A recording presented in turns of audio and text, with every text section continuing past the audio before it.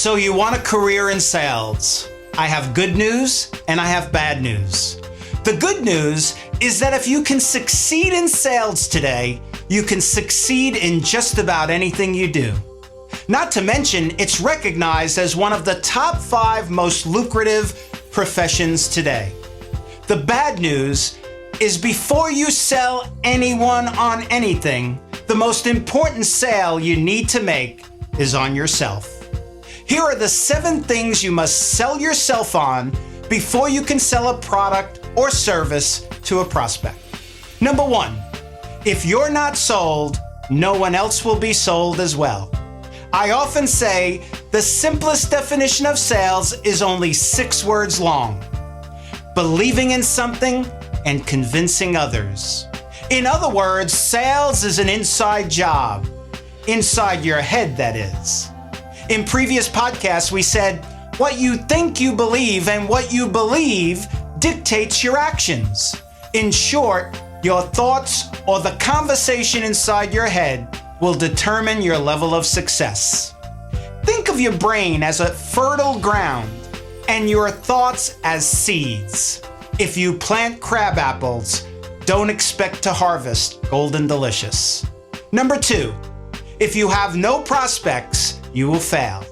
Prospects to sales is like gas to a car or air to our lungs. Without them, failure is the only option.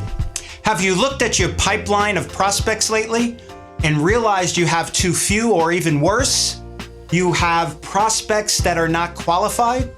Here are a few common traits of qualified prospects. They need your product to solve their problem. They have the ability to buy it and pay for it. They have a sense of urgency. They are willing to listen to you, and more importantly, they trust you. Which brings us to number 3. Being trusted is more important than being liked. Prospects don't want to be sold. They want to buy. They will buy from someone they trust, someone who inspires confidence in their product, their company, and themselves.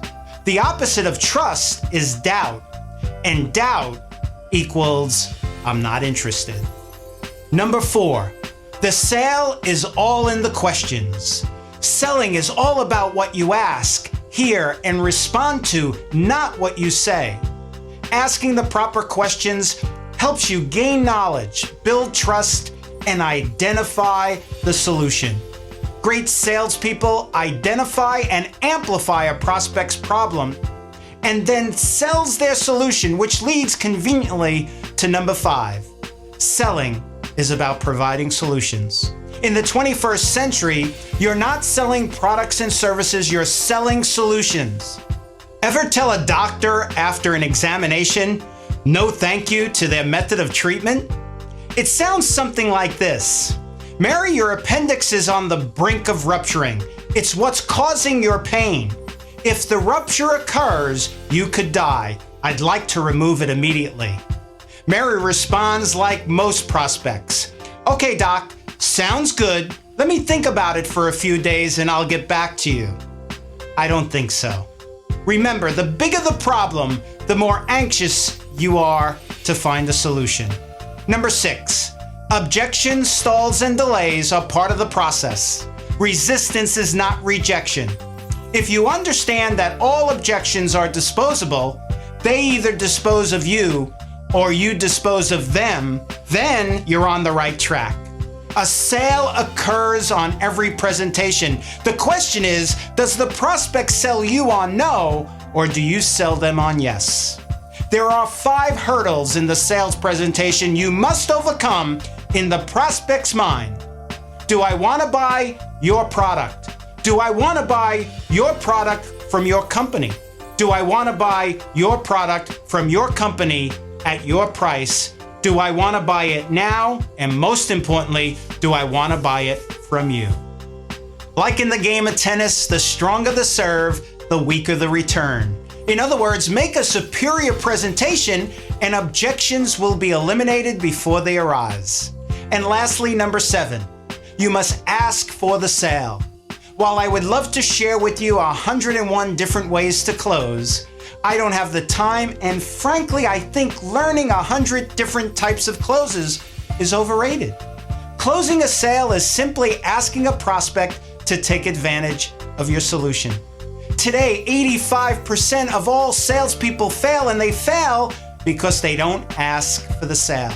If you fail to ask your prospect to buy your product, you've accomplished nothing.